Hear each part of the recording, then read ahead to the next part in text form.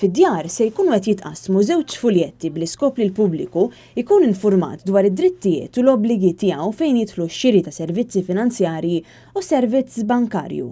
Dan tħabbar waqt konferenza tal-aħbarijiet li saret fil-bini tal-Awtorità Maltija l-Kompetizzjoni u l-Affarijiet tal-Konsumatur li ħadet ħsieb sabiex ikunu ppubblikati dawn iż-żewġ fuljetti bl-għajnuna wkoll ta' diversi stakeholders fil-qasam tas-servizzi finanzjarji u s-servizzi bankarji.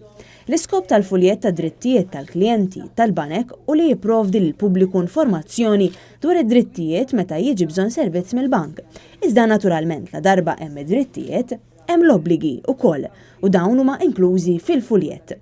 Min-naħa l-oħra l-fuljett dwar id-drittijiet u l-obbligi tal-pubbliku meta jinvesti flusu jagħti importanza lil prinċipji fundamentali biex investitur żgħir jagħmel għażliet tajba.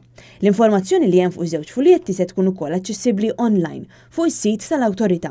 Dan minn barra lil pubbliku dejjem imħeġġeġ sabiex jikkuntattja lill-Awtorità Maltija l-Kompetizzjoni u l-Affarijiet tal-Konsumatur sabiex anke jieħu pariri.